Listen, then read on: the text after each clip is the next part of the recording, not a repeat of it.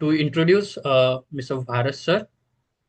Mr. Bharat sir, Mr. Bharat Rathod holds a doctorate degree in international education from the University of We Massachusetts. introduced Mr. Bharat sir. Mr. Bharat sir.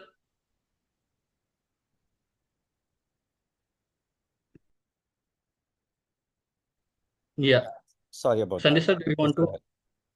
Yeah, no problem. I'll start again. To introduce Mr. Bharat sir. Mr. Bharat Rathod holds a doctorate degree in international education from the University of Massachusetts, UMass Amherst, and his research interests comprise caste, higher education in India, and the diversity, equity, and inclusion framework. His book, Dalit Academic Experiences, Stories of Caste, Stigmas, and Exclusion in Indian Higher Education, was published by Routledge in 2023. Bharat Sir founded the Bahujan Scholar Network to mentor scholars from marginalized communities in India and run group one-on-one mentoring programs. He has been leading an anti-caste campaign at the UMass Amherst campus and was awarded a campus improvement grant to support anti-caste work there. With that, I'll hand over the access to Mr. Bharat sir. Thank you. Thank you, Akshay. Thank you, Mahesh, for this invitation, and thank you so much for your time and giving me this opportunity. So, first, let me share my screen so I can present my PowerPoint.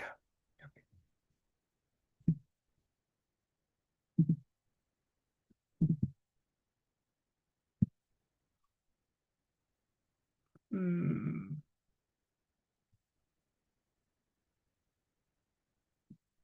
it is not showing.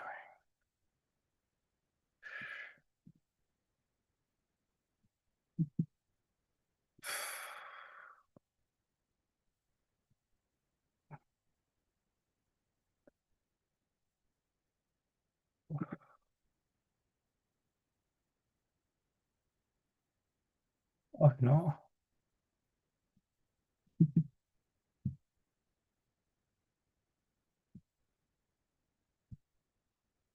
Can you see my screen? Not yet. Not it. Not yet? Oh boy, what is this happening? Oh, yes, now. Now, Yes. can you Yes. see? Yes. Now you can see the screen, right? Okay. Yes.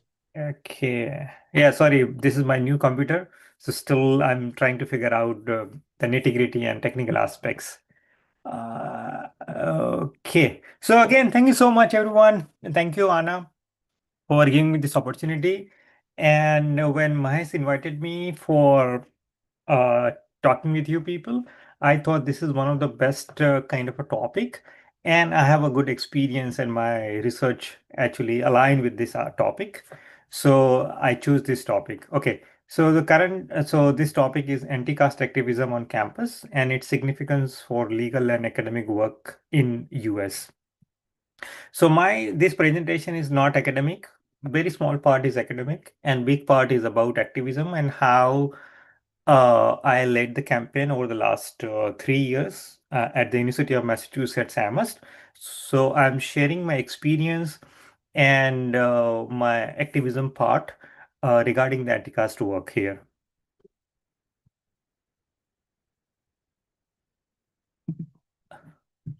Okay, so what is the significance of anti-caste campaigns on campus? This is we need to understand, and I'm also try to encourage people in ANA and all the people Ambedkarites in US that this is a very important aspect in terms of the anti-caste work, or you can say Ambedkarite work in United States. Yeah. To educate the American academia about the caste. So in US academia, caste is very new topic. Most of people don't know what is caste. So normally they confuse between caste and class. So that is why it is important to kind of build a campaign and educate the American academia to talk about caste and what is caste. Okay. To institutionalize anti-caste policies and action on campus. So once we create a kind of awareness or anti-caste activism on campuses, that would lead to the policies and action on campus. For example, at the University of Massachusetts, caste is included in the protected category list, including the race, gender, nationality, and so on. So in some form, it is institutionalized at UMass campus. So this is just one example I am giving. To generate empirical data on caste-based discrimination. This is very important point.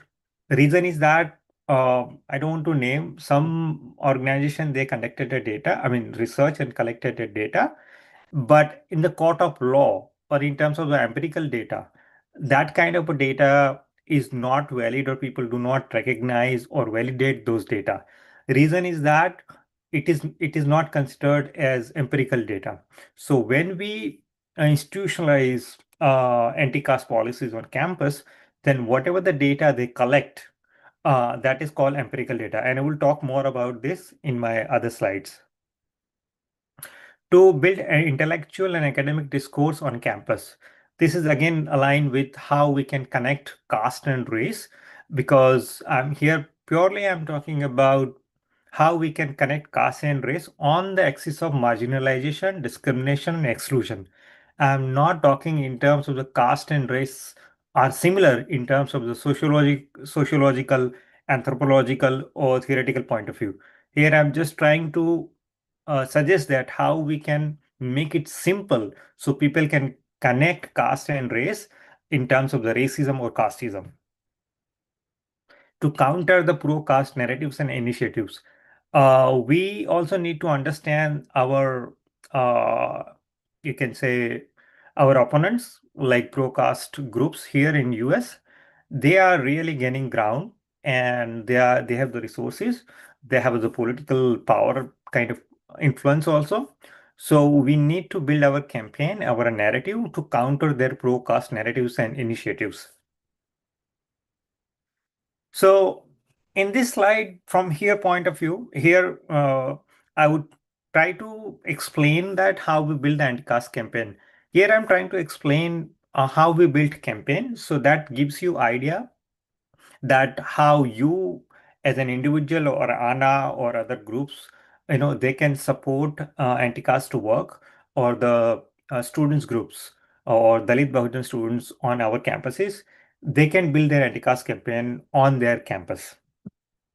So based on our experience over the last 3 years, and I led the anti-caste campaign, as I said, I have come up with the two approach, or I can say that I have developed this two approach just to simplify and how to build an anti-caste campaign.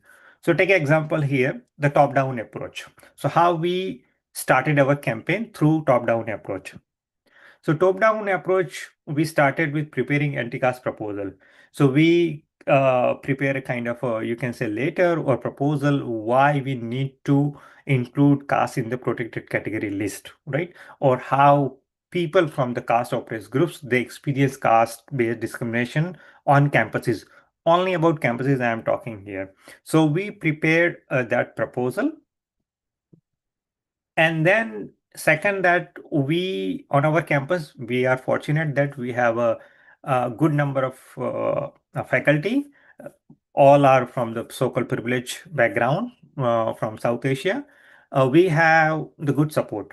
And these faculties, the number of faculties, I would say around 5 to 7 faculties, they supported this anti-caste proposal in the faculty union and faculty senate. And we got the support from the faculty union and faculty senate about anti-caste proposal. Other thing is that we found allies on faculty union and faculty senate, as I said, and also about individual departments, those who were supported us. For example, Afro-American studies, women and gender studies. We found good allies that, so both the departments supported our anti-caste proposal. So that was the top-down approach. This is the bottom-up approach. I'm trying to simplify here, and if you have any question, please feel free to ask in question answer. So bottom-up approach is more, you can say, at the grassroots level. You can say the grassroots activism. So we have a group here called Progressive South Asian Group, mostly from the South Asia and mostly from the privileged sections. Very few people, I would say 2 or 3 people from the Dalit Bahujan communities. So we got the support. We developed the proposals and we prepared a campaign and a whole strategy like how to move forward. Uh, as I said, we found allies on campus. So one of the, I would say, two big allies were student groups, key organization on campus. So one was a graduate students union. That's a like big group and very influential group. And similarly, another group was a graduate student employee group. These both groups actually supported our anti-caste proposal on campus. Though we had to explain them, we have to kind of found our allies there in the department, in their groups and so on. So that really helped this both group. They endorsed our proposal and that made our proposal stronger and very persuasive.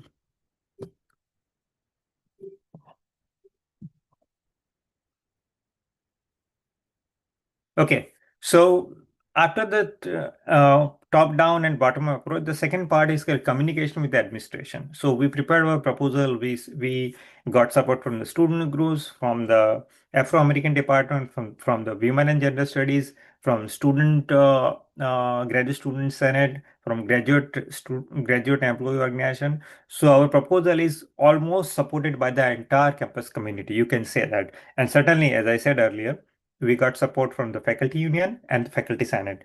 So our proposal was supported by broadly by the entire campus community and very, very strong.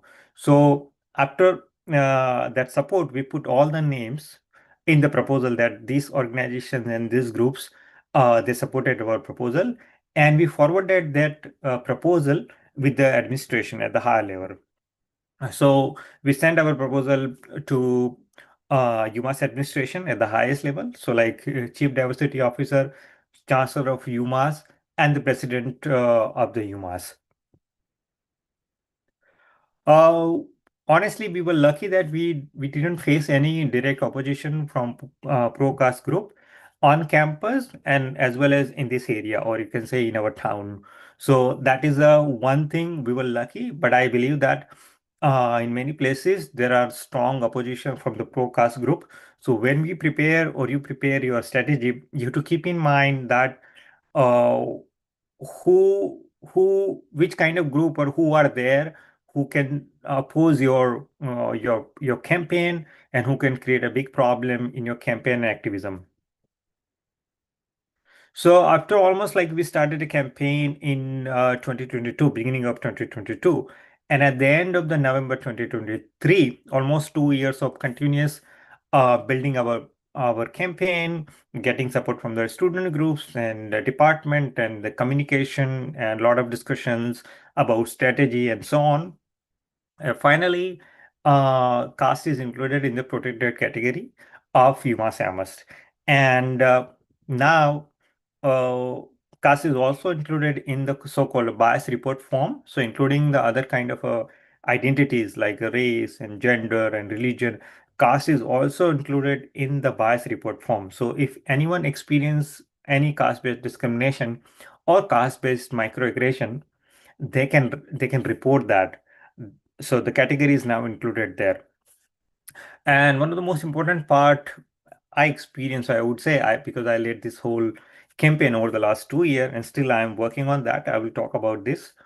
That a committed leadership is a very, very important part. Otherwise, it is very difficult, or I would say, again, as per my experience, almost impossible to run the campaign and also bring this campaign to a kind of a conclusion in terms of positive conclusion or positive outcome. Okay, this is I call it phase three. Okay, we got the kind of a protected category status. Okay, what is next? Because I'm in touch with many groups across the United States where caste is included in the protected category in some or other form.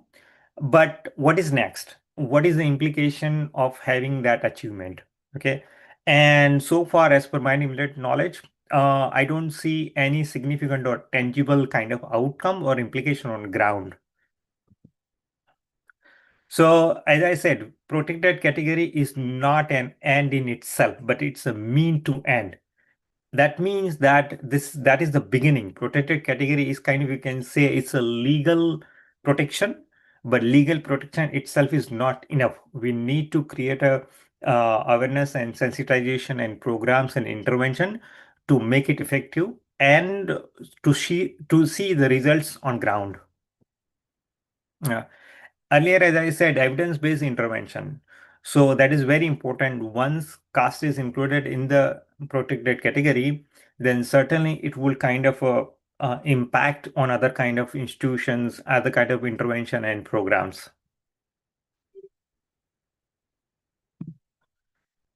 Including caste in the campus climate survey. This is the very important part. So as I said earlier, that I'm still working on that campaign because this is a part where caste is included in the campus climate survey. So just to give you a brief idea about what is campus climate survey. Campus climate survey is a kind of survey most higher education institutions, or you can say big institutions, they conduct a survey every 4 or 5 or 6 years to understand how the entire campus community, including students, faculty, staffs, how they experience the climate on campus. And particularly, if I say in terms of the discrimination or negative experience on campus. So currently, we are working with the UMass administration to include task questions in the campus climate survey. So what will happen after this? Hopefully, that will happen probably by end of this year. And our administration is really very supportive, and they already said that they will include caste questions in the campus climate survey. So this will, once the caste included in the campus climate survey, that would make it empirical data. This I was talking about empirical data, because whatever the data we will collect, I don't know how many people here, those who are experiencing caste-based discrimination or caste in any form, I don't know. But if we get a good number, that would be a good beginning. And this would create a kind of template for other groups and other campuses to include caste in the campus climate survey. And this will create a kind of a snowball effect on other campuses, and that will generate a data and the new research, which will be very impactful, and that will provide evidence in the court of law. So discuss with the Office of Equity and Inclusion to include caste in the survey, as I said, because this is a campus climate survey I'm talking about. I already mentioned about incident report where caste is included as a separate category where people can select that I am experiencing discrimination based on caste. Okay, I'm done here. Thank you. If you have any question, please feel free, because I tried to touch upon the key areas or key aspects, and I would love to listen your comments and question, and I would try to explain in deeper, like what are some of the technical aspects I'm talked about. Yeah, thank you, sir. If anyone has any question, you can type in the chat box or raise your hand.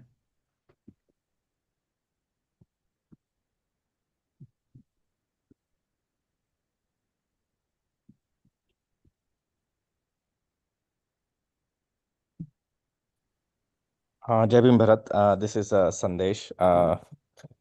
This is a very critical moment, and it is wonderful to see the kind of work you have been doing. One challenge that I have seen is when students usually graduate, like for example, now you are conducting and leading this movement, but at the same time, what is the long-term plan? Because I believe at some point of time, if you graduate, how do we take it forward? Because I have seen that like when we start something at a university level, if there are not enough students who are leading it, like you mentioned, it is very important that it has to be led by someone because it takes intensive efforts and it needs dedicated leadership, right?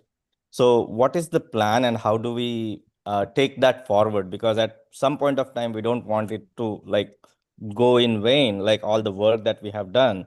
We have to continue that. So what do you suggest we should do for long term in all the universities? Because our students come, they graduate, and they just leave that, and then we don't know what is going on with the efforts we started. Okay, thank you, Sandesh. It's a great question. And as I said I just touch upon that point about committed leadership. And committed leadership, that means not just about starting a campaign, building a campaign, and taking to the conclusion. That is not just limited. So, for example of our group, or I would say, if I talk about my leadership, so I'm almost done. Although I graduated a long time ago, I'm still on campus here because I work here and my partner also works here. The thing is that uh, the good leadership always focus about plan B or plan C. Plan B, plan C, that means, I can move anytime. Okay, what will take care of that? So, since last year, I have been continuously working with the students currently, those who are studying at the UMass, right?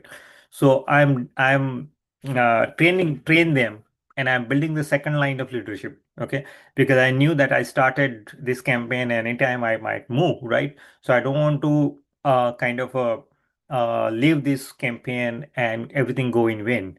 So that's why I'm building and training the second line of leadership. At the same time, there are other groups, or you can say faculty, those who are actively engaged with. And other thing is that we also involved BSG, Boston Study Group, in our activities and our events. So trying to create a kind of support system. So the people, whether I'm here or not, the next line leadership, they will take over and they will keep in mind. So this is very, very important to understand that, okay, we need a different kind of a groups, not only just in terms of the faculty or the students, but also the incoming student or new students. We need to train them. We need to understand, explain them, train them, like how to lead this campaign. What are the important components? It is kind of you are passing your button to the next generation. That is my approach. Yeah, that's really good to hear that you have the plan B and C. Thank you so much. Because the problem that I have seen is like students usually graduate and they have to move for some reason. But having those allies, I think that definitely helps. Uh, and it's a very good approach, I would say. Thank you. Before the question, I would add some very small thing, but I experience very different, as I said, because I'm not just about the scholar on cars, but I'm very, you can say, deeply involved in activism and practice, right? And over the last 3 4 years, I have consulted, or people consulted me about how to build anti-caste campaign. Honestly, I can say that uh, almost all or large number of students or student groups, they don't understand the quantum of work and the strategic planning behind the this kind of movement. You cannot achieve just simply write a one anti-caste proposal to the administration. It doesn't work like that, right? You need to build a campaign. You need to get the kind of endorsement from the campus community, or at least 2 to 3 campus groups, either graduate students group, graduate employee group, faculty senate, faculty union, or something else, which is like influential, powerful, which can endorse and who can stand behind in front of the administration, because administration want to see that how the anti-caste proposal or this kind of proposal is supported by the campus community. Just writing a anti-caste proposal will not help. And again, caste is a relatively new topic to the 90% people of the administration, I would say entire campus community. We have to explain, and that's why in my presentation I said that try to make it simple and connect with the race, again, not in terms of the theoretical point of view, but on the axis of marginalization. Okay, how racism impacts the people of color or black people, and how casteism impacts the caste oppressed people on campuses. So we need to understand that how to build a campaign. It takes time, it takes patience, it takes kind of energy, and you have to be, kind of actively working for at least 2 to 3 years, then only we can see the results. It is kind of not easy to just writing one later and you will get the support. Honestly, this is my experience so far. Yeah, there are two hands. One is Vasni, Maher and Yeah. Vasni. Maher. Yes. Meher sir, you can unmute yourself. Yeah, Jay, can you hear me okay? Yeah. Yes. All right. Thanks very much, sir. It was nice understanding the moment and the initiative that one has to take. A couple of questions around this. Most of our students do come here for masters, and most of the courses do get over in 16 to 18 months. So the lifespan of the student usually is around that time frame within the campus. Parallel to that, it's again something new for somebody to come in a new country and start this initiative. Students do go through a lot of pressures during that interval. They have commitments at home, they have loans, they have struggle to adopt the new culture, they have pressure of the job, they have pressure of continuing to be here, and then we are expecting them to be part of this activism or activity or process. Where do you see the students can be, because then they have other challenges apart from the visa status and other things. So where do you think, and how do you think the mitigation of these challenges and carry this moment along? Okay. So the thing is that you said most of the students in a master program. I think I slightly disagree. Most of the students in master are probably in management and are probably in sciences. And honestly, as per my again, please forgive me for this comment. In sciences and in management or other than social science and humanities, these students are not that well educated in terms of the socio-political understanding, right? This is mainly about the students, those who are in PhD program, and from social science and humanities, they take the lead everywhere. This is my experience so far. Again, my limited experience I am sharing. You are absolutely right. The master student, they cannot do much, or I would say uh, they don't have time and the bandwidth to deal with. But this is mainly for the students, those who are in PhD and those who are sort of have a critical understanding, mostly from the sciences and humanities. Social sciences and humanities. Very, very few in sciences. This is so far experience because I'm not just talking in terms of the building anti-caste campaign, but I also started a student group here on campus, Progressive South Asian, since 2018. So this is my experience. And as far as you are here on campus, right? If you feel you are kind of benefited from various kind of programs like overseas funding, fund and the loan and etc.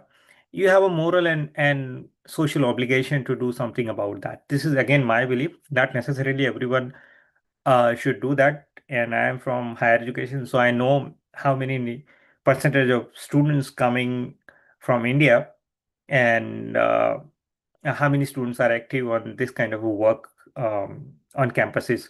So again, those who are interested, they can take part. Those who are not, up to them. We cannot force. Neither I said that anywhere I said that everyone or all must do this kind of work.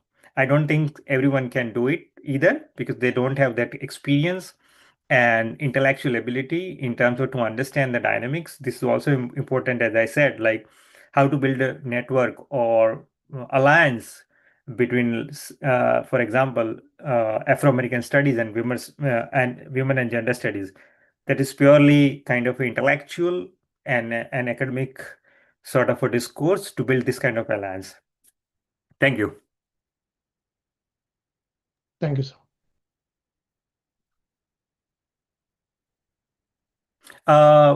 Second, sorry, I forgot what something. Yeah, Who- Vasnik, sir. Yes, Bharat, this is Mahesh Vasnik. Oh, Mahesh, yes. Yeah. I had a similar question that what Sandesh and the Mahindra raised.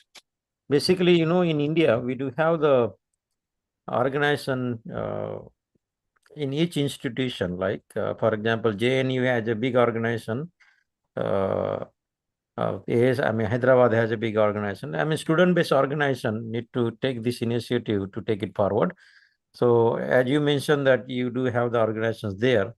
So, do you guys have it? And I know there are a couple more organizations in different part of the universities in different places. So, is there any unification between those two, or they are independently working? Because there are, Hindu-based organization I know, like the AID, Association of India Development. They have each chapter on each campuses, and they work together as one level. So we should have similar kind of concept, and communicate to each institution and try to raise the awareness. Thank you, Mahesh. And this is another great question. And if I would slightly divert from your question, but on the same theme, that is really, really urgent need to kind of helping our student groups, or I would say progressive liberal student groups on campuses to provide this kind of a support, either from ANA and other groups. They should focus on that to helping the student groups to build their campaigns, even building a groups. That is very, very important. And I shared this idea with other groups also. I don't want to name, but no one is taking it seriously, because that is why we are losing ground on campuses. And this pro caste and pro Hindu groups, they are gaining ground. And honestly, I believe that we are losing this battle in some way. Okay, so this is one thing we need to take it very seriously to build this kind of campaign, and that's why I built this approach. I am not just a practitioner, but I am also theorist.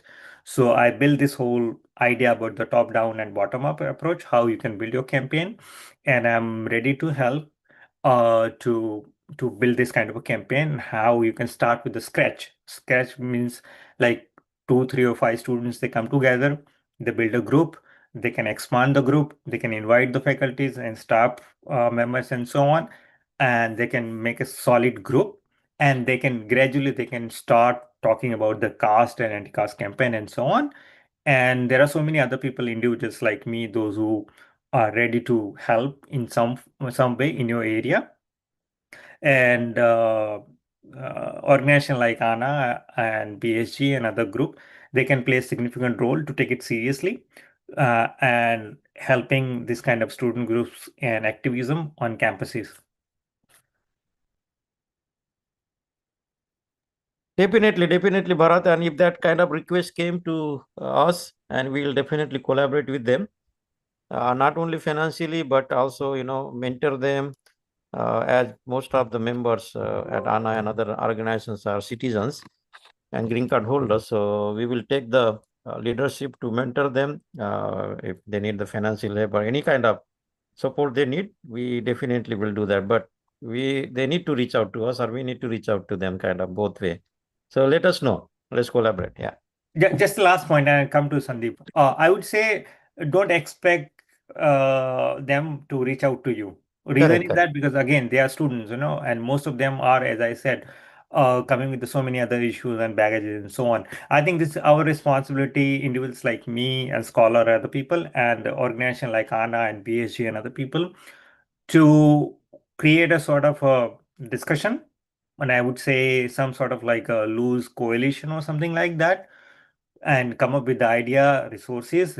I'm not talking about financial resources, mostly the intellectual resources, and kind of outline, how to build a campaign, how to start a student group, and so on. This is very, very important. This is our responsibility because student groups, again, as per my experience, they don't have that critical understanding in terms of the dynamics, the politics, what is going on campus and in the area, right? They might be motivated, they want to do something, but they don't have a bigger picture. I mean, idea about the bigger picture. And when we create a basic sort of we can prepare a basic ground, resources, some sort of a strategy and template that would really help them to start or ground up some sort of like a campaign. And this is about, again, most important point here, I'm talking about creating an institutional knowledge, institutional bandwidth to support this kind of campaign. That is my main point. Sandeep. Jai Bhim, Bharat. I think wonderful work. I know several universities probably right now have that particular, protected category, caste as protected category. So I'm just curious to know, Bharat ji, do you have that list of universities in US particularly? How many universities have this thing? And more importantly, I wanted to know, like, is there a case where student has filed this particular case against caste discrimination and he has any success we have reached, or is it one of those laws where in India we have several laws but no law is implemented because again the power is mostly with the you know with the caste oppressed people? Okay, good question. So I don't know any kind of case registered because, again, as I said, most of except again in my limited knowledge, because this is not a kind of a well documented process. I have a plan, but again, I'm busy with so many stuff. There is no documentation in terms of the various kind of a campaign. What is the status? What is the implication? Right. So as per my knowledge, I don't know anything in terms of any caste-based discrimination case kind of reported and resolved, or any kind of action has been taken so far. Number one. Number two, um, most of the protected category status is very, very limited. There is no, because I'm in touch with many groups, right, and individuals, and there is no progress in that. So they just achieve the protected category, but there is no implication on ground whatsoever, right? Even the people, based on our experience or our campus, caste is included in the protected category. The people at the implementation level, or let me say specifically about the Office of Diversity, Equity and Inclusion at various level in terms of offices and the department and program and so on. 99% don't know. And with confidence, I'm saying whenever I'm quoting data, I'm a social scientist by training. I'm cognizant about the data, what I'm talking about. 99% don't know what is caste-based discrimination, or I would say what is caste at the first place, right? So that is why I'm saying that, it's a long process. We need to build that awareness and sensitization. That's why we applied for this grant, and luckily we got the grant, and we are building this caste awareness on campus, bringing campus community, and we are doing different kind of events like film festival and talks and anti-caste training and caste sensitization training and so on, because we need to build that awareness and we need to bring the critical voices and building that alliance, as I said earlier, from the Afro-American department and women and gender studies. They are the good kind of a easy, low-hanging fruits where we can, make alliance and we can bring them on the board. So long way to go. And that's why we need institutional setting, institutional resources, and institutional processes, to support this kind of a campaign, this kind of student groups and activism. Oh yeah, thank you for all your wonderful work. So just in terms of universities, I know Emory, I think probably recently got this thing added in their I know. university. I may be wrong. So how many universities do you think in terms of number in universities? Just Yeah, number, if you don't have so I this. have written 3 year ago, I have written a paper in that I have mentioned all. So currently, I would say around 7 to 9 total, Okay, cool. Okay. right? But again, there is a catch, and the catch is that most of the places, the caste is included in a very limited chapter. For example, some places it is just included in the student chapter, like graduate Okay. student chapter, right? Mhm. It is not the campus wide. For example, on our campus, it is on campus wide because that is included in HR policy, that is included in a diversity, equity, and inclusion policy, and that is supported by the highest body.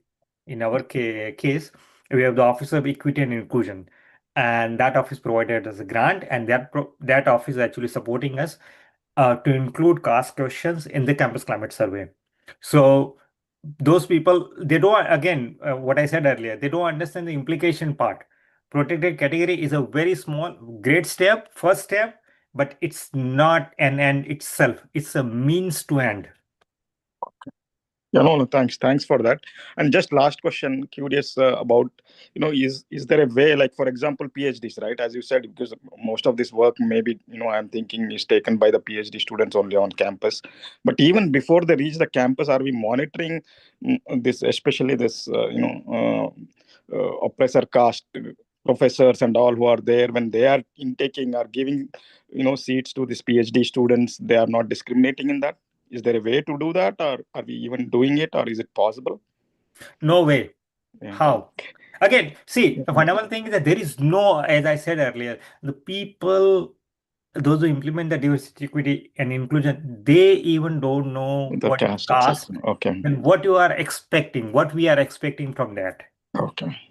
right? I would say what you said, I would say I would flip your question in other way around.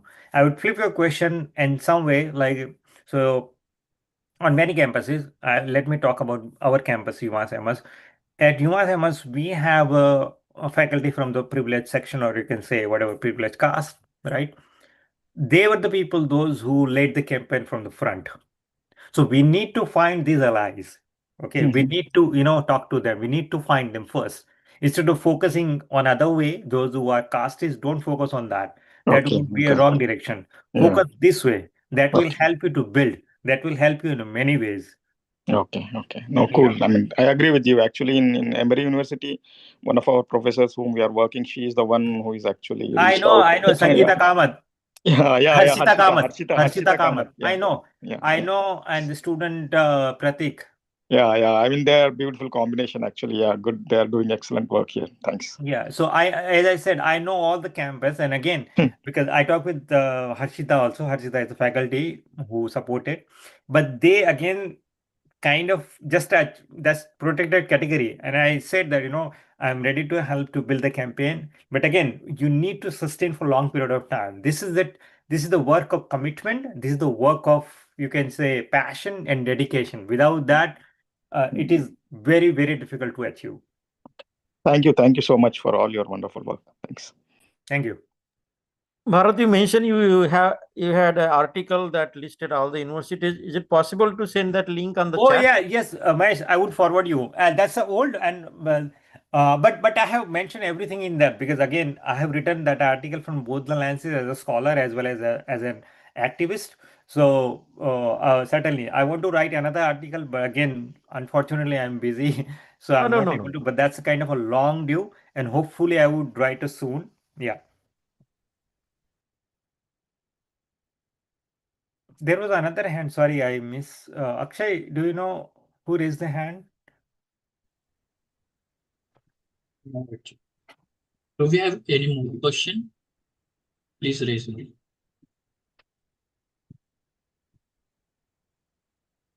Yeah, Charudatta ma'am. Hey Bharat, Hello. hi. So you said you have that policies, to implement this at university level. 99%, Indians or even the campus authority don't know how to distinguish uh, caste discrimination or make the awareness. But at first, can we have like a common policies or agendas that we can circulate to the universities so that they are aware, like this is happening because this is real, this is happening. So do we have some agenda or some kind of policy statement written that we can circulate and create awareness among the universities? I don't think that will work again based on our experience, because when you do not understand what is the meaning of that, okay, how you can expect that people will respond or they will do something. Again, this is my opinion. That will not work. Again, we need to kind of build a campaign from the bottom up and from the top down also, right? So that kind of a later will not work. For example, I don't want to give example. Okay, let me give you example. Virginia Tech, our students group, this they have kind of prepared a proposal, or later you can say that, same proposal that is later. Okay, why we need to protect caste oppressed people, or why we need this kind of protected category status. Okay, we discussed that, and I said this will not work. Reason is very simple, that why they will do it. They don't have any incentive to do it. Try to understand. And let me bring the political dimension in the current climate, where the diversity, equity, and inclusion on a kind of facing a great resistance from the highest level, from the federal government. They will not take it up by any means, because they are dealing with their own issue in terms of the race and the diversity programs and so on, right? So again, that kind of, I have all the documents. I think long time ago, Mahesh, I forwarded all the documents, but again I would forward the documents because I have revised it. uh, but that kind of later you can certainly try. I don't have an issue, but that will not work. Instead of focus on uh, your time and energy in a more strategic way and a concrete way. Okay, yeah, yeah, we'll may speak offline on this, because yeah, this is something critical, for the new student as well as those who are actually facing this kind of challenges. So I will take your support if needed, at least for individual level, and we'll speak on that. Thank you. Thank you Yeah, for your great work again. thank you. Just to add what Charudita said, and let me conclude by responding this. We need an institutional approach.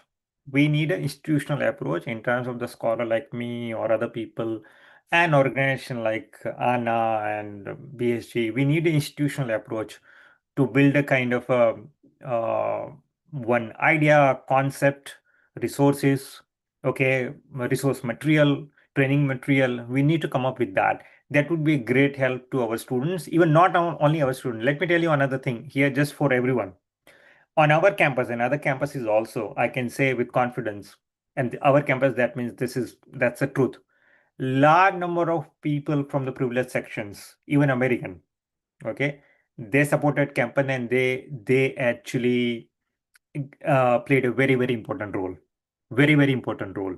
So this is not just our work. We need to find a great allies. We need to find a people, and we have to kind of build our campaign based on that. Okay. So this is not just about our people or our students will lead or they will build upon that. So that is why we need to take an institutional approach to build this kind of a campaign, resources, strategy, and so on. There is Anil Charudatta. Anil, Jai Bhim, Bharat. Javim. See, I posted a video recently, or I saw a video. There is a super PAC, Political Action Committee, named America for Hindus.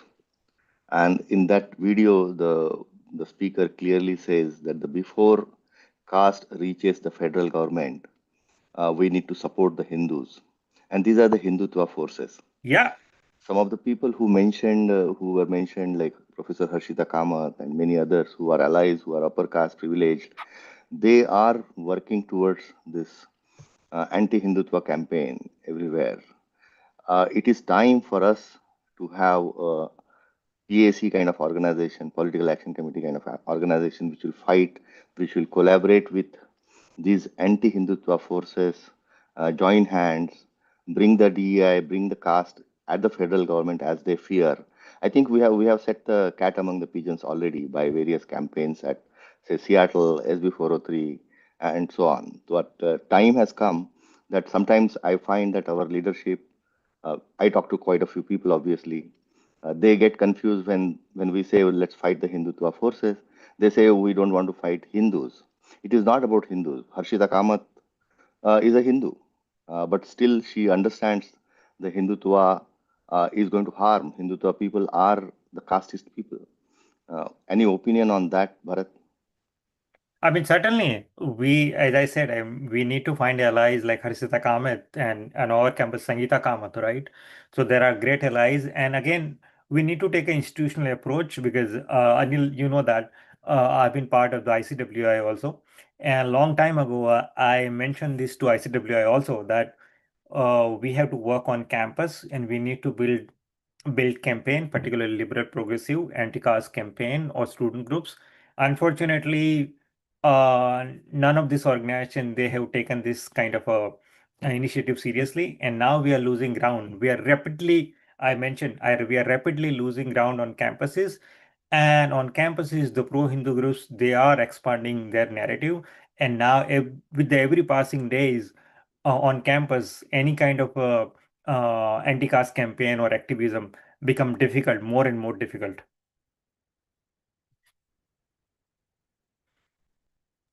Thank you.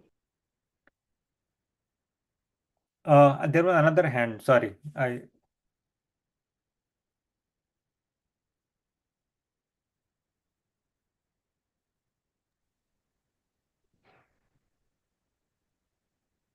Yes, Mahir sir.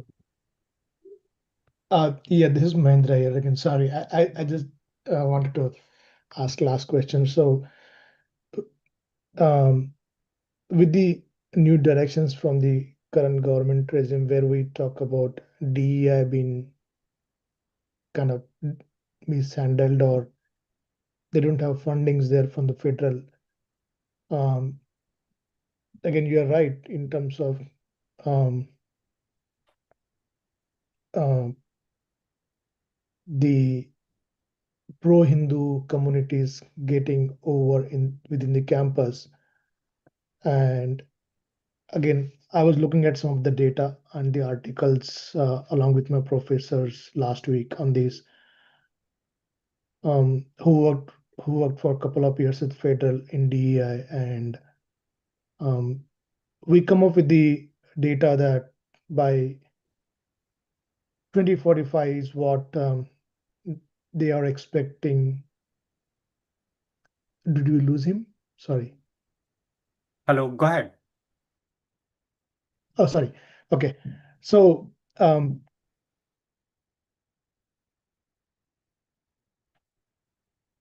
2045 is what communities will be more participation. They will have more participation in the economy overall, and they will decide which is what. And the governments, like we're talking about racism, like white and black communities. So those communities, white communities specifically, will be managed by more on the brown communities.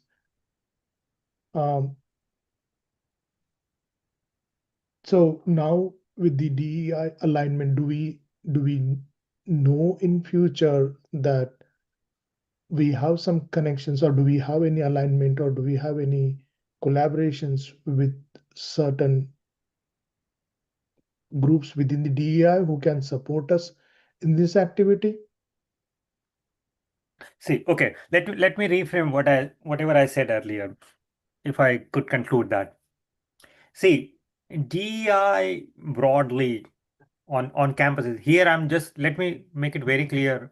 I underline that DEI, I'm talking about particularly on campus, is very different than the DEI in government programs or in a corporate world. It's very different. Reason is that on campus, DEI is mainly about in terms of liberal, progressive, and social justice aspect deeply ingrained in that. In the current political climate, they are facing a great backlash, right?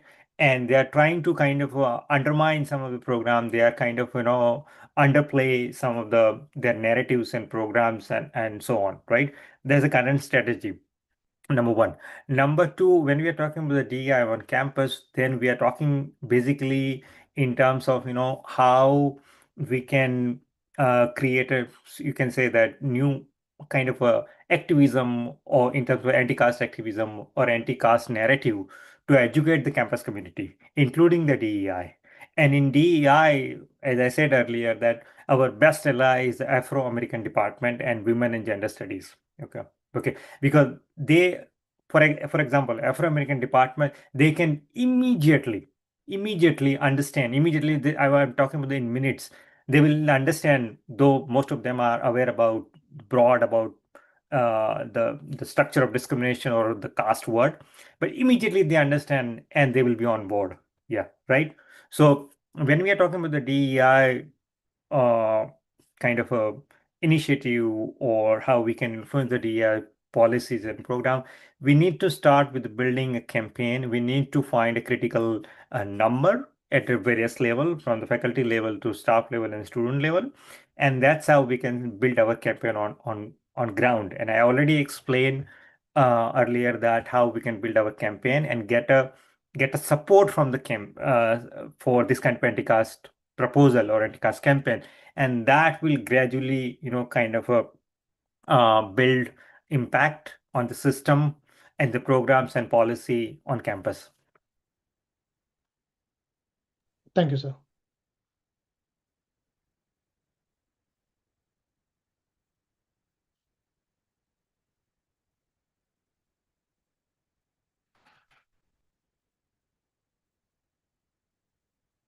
Do we have more question? Feel free, if not question, then comment, because probably your comment might give me some insight to me also, because we are at a kind of different level. You are working from in terms of the community point of view, from organization point of view. I am more working in terms of the activist and the scholar point of view. So feel free for any comment. I would love to hear.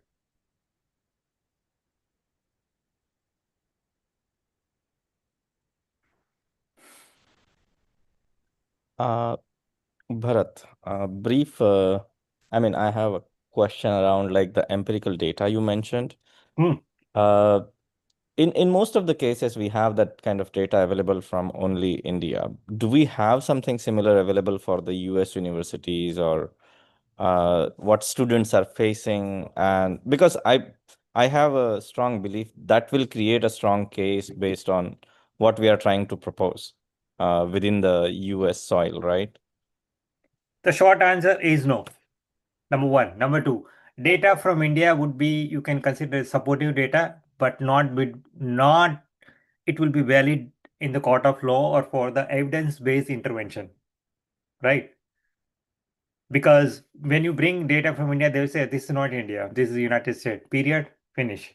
And again and again, I'm saying that most of the people don't know about caste. Let me give you a specific example to understand. When we are started dealing with the vice chancellor of the Office of Equity and Inclusion at UMass campus regarding the campus climate survey, we started a meeting for 30 minutes. They gave us a 30-minute time to explain the caste questions and why we need to include caste questions in the campus climate survey. The meeting was only for 30 minutes. That actually lasted for 2 hours. Reason is simple, that didn't know what is caste means. And luckily, I'm a caste scholar. So again, to make it simple, connecting with the race and racism, caste, and on the axis of marginalization, exclusion, and discrimination, right? So we need to educate them. We don't have any data. And as earlier I said, and Anil also know that the data, whatever we have earlier produced in the court of law, that is not kind of a strong evidence, because it is not considered as empirical data. And when we collect any kind of data through the research, mostly research, definitely through higher education institutions, or institutions collect the data in terms of the campus climate survey or any other form, as I said, bias report form or something like that. That data will be considered as an empirical data. That data not only has the legitimacy in the court of law, but that data, it also empirical data that will produce more research, more narrative and scholarship. Okay, so the follow-up question is like, if that data does not exist, how can several organizations within US that support this cause can help create that empirical data? Because I believe that will be the foundation of anything that that will be needed in future? Yes. Yeah, two ways. Number, as I said, either we can build our campaign and make it anti-caste legislation and interventions and measures institutional, as I said, in terms of the campus climate survey, or including caste in the campus report form. This is one thing where institutional collect data based on caste or caste-based discrimination. Number one. Second approach is that we can support anti-caste work, a scholarship in the United States, not about doing a research back in India. For example, I conducted research about caste-based discrimination in university in Gujarat. That won't be valid. We have to collect data in the United States, how caste is being practiced or how caste discrimination happens on anywhere. That would be valid data. So we need to promote anti-caste work, anti-caste scholarship. Let me put in that way. We need to encourage anti-caste scholarship by encouraging our students or faculty in whatever capacity. That's why again and again I'm saying, this is my last point, we need to take an institutional approach, to build this anti-caste structure, resources, and the strategy. Got it. Thank you. I think we will need a follow-up call on that to discuss further, but really appreciate your efforts. Thank you, Bharat. Thank you. Anil, my friend. Yeah. So this is a responsibility of our scholars who are in the various universities in positions like yourself, Gaurav, Lalit Khandare, Jeremy, and others who work with us. And sometimes we had supported a survey like this, and this is a need of the hour, obviously, like many people are saying. But unfortunately, even after 4 or 5 years, the survey that was collected, some data that was collected, was not published in the form of a report. That's the unfortunate part. One of the problems people faced, the academics who initiated that survey, was people were not forthcoming to undertake that survey. So it is the responsibility not only of the academics, but of the people on the call and in the US to participate in that survey, highlight the kind of discrimination that you face, if you face it. We don't have to kind of make it up, obviously, but the survey that was done, and we are minuscule, so maybe we will not have the very large participation in any case, but that needs to be tabulated and it should be published in the form of a report, which can be then used in various courts and appeals to the government and legislators. Yeah, a quick comment to Anil, your point. So I don't know much about that survey. I know about that survey you mentioned a long time ago. So I don't know the nitty-gritty part. But the thing is that I would say that again, my point, I'm repeating again myself, right? We need to take an institutional approach to build this kind of work, research, and campaign. So, I mean, people like Scholar and the organization, we have to come up with the idea and strategy to do this different kind of work, from activism to scholarship to community mobilization and so on. Yeah. Good. So, Bharat, sorry, I think I was echoing the same point that Anil was mentioning, but the survey was conducted 2-3 years back, and the AIC was the sponsor for that initiative.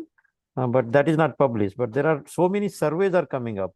Basically, I gave on the interviews, and many of the folks who are on the call probably gave the interviews to so many people about the discrimination in US, organization discrimination, like we work in the organization level. So those things are, I never seen those data to be published. Like lot of academicians, they took our interviews, and I never see where those interviews are published. I mean, Mahesh, I cannot speak No, about no, other I people, agree. right? So So what I'm I trying don't. to say now, so you guys have the Bojan Scholar Group, and I think, and you mentioned about the scholarship. So let's initiate that one, and put that data, because Bharat, we are living in the era of AI era, right? Chat GPT. If I type something, Chat GPT, is there any discrimination in the institution level? It will say no, because nothing is reported, right? So and we are the failure then. If the data is not published, it's not out. we cannot see it. So now it is the time, Bharat. So as you took the initiative, you take it.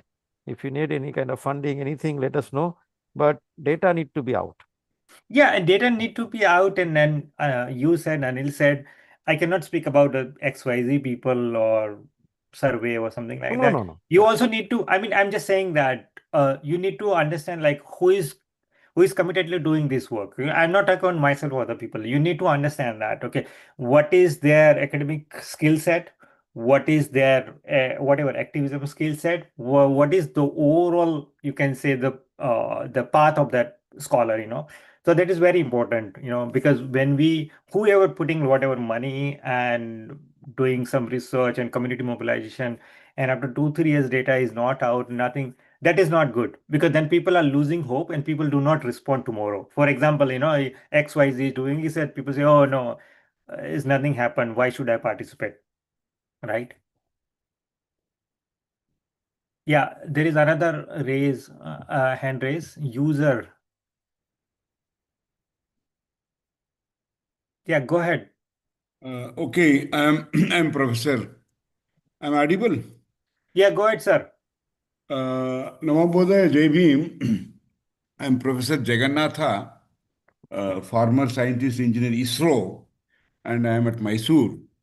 I've been closely listening and learning a lot of things.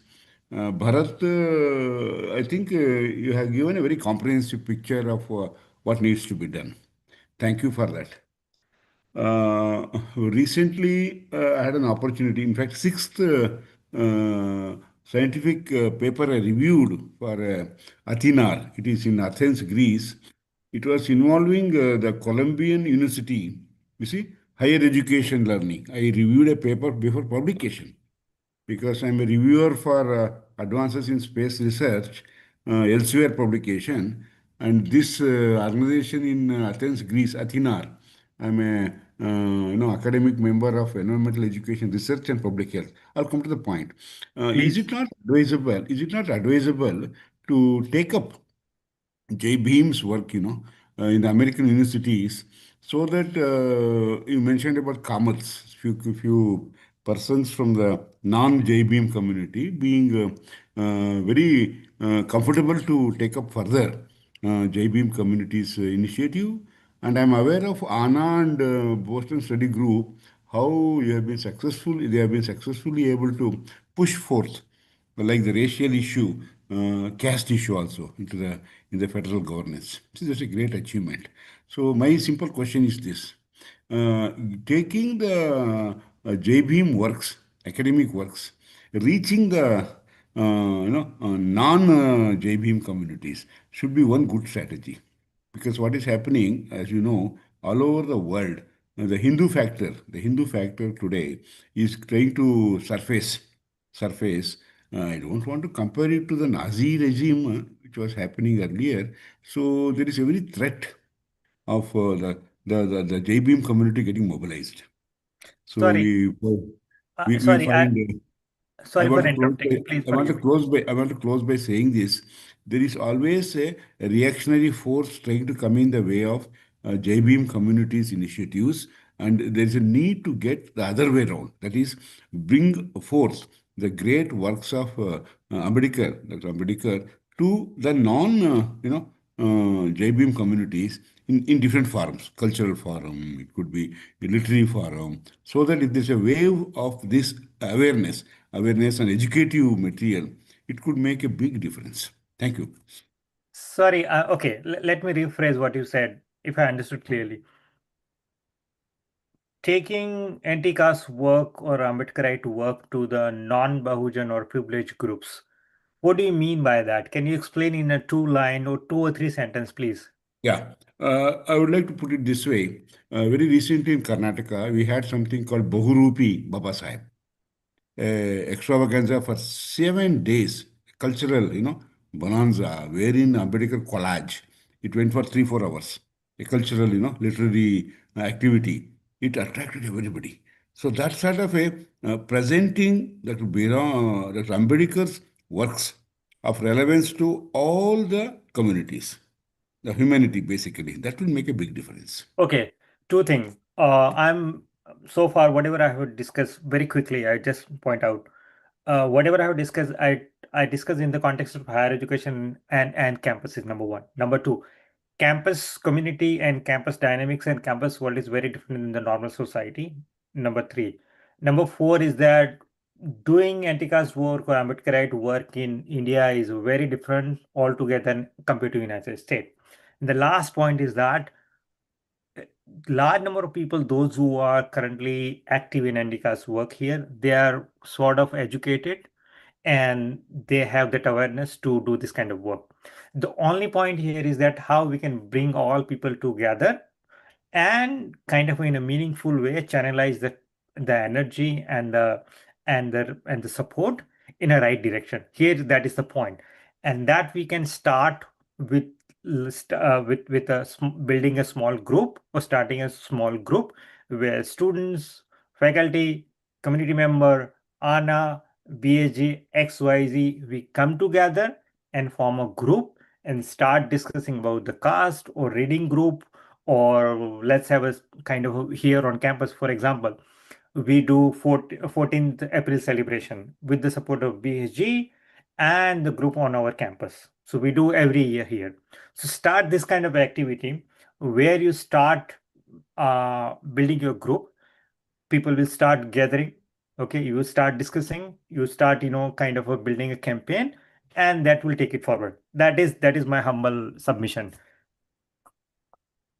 No, you are absolutely right. What I was referring to you, very recently, I tell you, Columbian University Higher Education inclusive strategies were reviewed and given to me to review the paper before publication. See, it is exactly the American context, higher education, where the inclusiveness was proposed in that model. I could review that. I could review that and offer my comments. You are in the same line as I am trying to communicate to you. Kindly go ahead. Whatever you are doing is perfectly all right. And these sort of reviews from people like us who are outside and able to look at the American higher education, different papers published, that is also going to add on. I will share that paper with you. Of course, this is in the printing stage now. The reviewer's copy has come to me and I have given my comments. Once it's published, I can share with you. I'm planning to send it to BSG and ANA. You see, that sort of a Thank you. 6 papers. That would be greatly help. Can you have a look at it? And that may add your, in your approach, some sort of a new insight. Thank you very much. Thank you. Yeah. That's it I wanted to.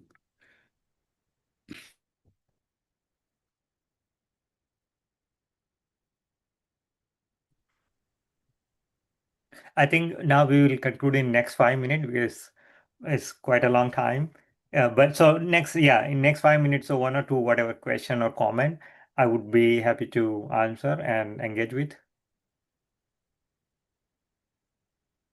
Do we have more questions also?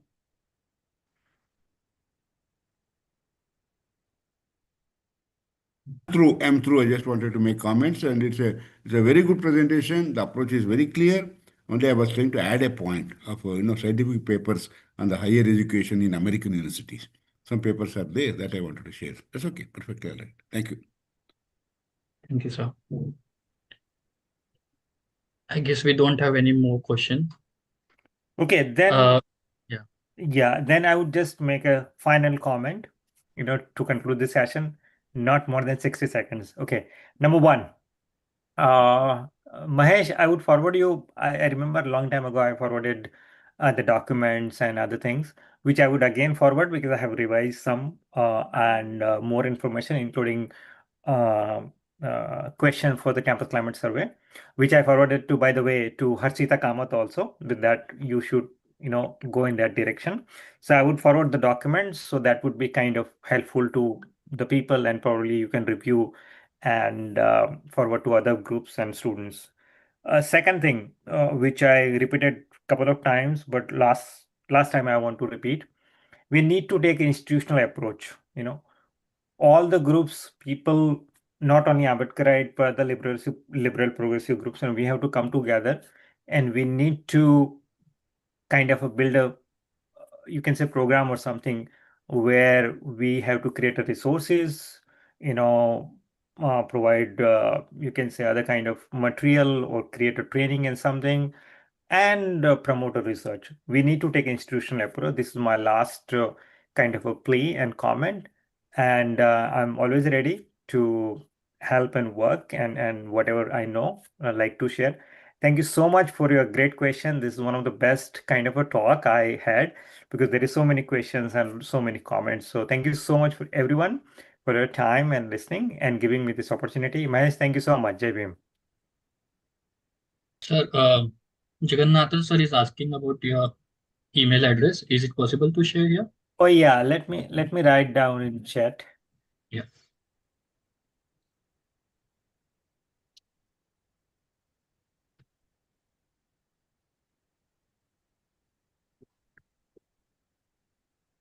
And actually, we can conclude here. Yeah. Yeah. Thank you, sir. Thank you, So everyone. on that note, yes, on that note, it is time to conclude our online Buddha Vihara. I want to thank you, Venerable Bhanteji, for blessing us with the Dhamma talk. I would like to thank you, Kid Motivational Story Reader Risa Sonavne and Kranti ma'am for conducting the kids session. Thanks a lot, Mr. Bharat Rathod sir, for educating us about anti-caste activism on campus and its significance for the legal and academic work in the US. And finally, I would like to thank all the participants who joined today and plan to join next week too. With this, we conclude today's online Vihara. Thank you. Namo Buddhaya. Jai Bhim.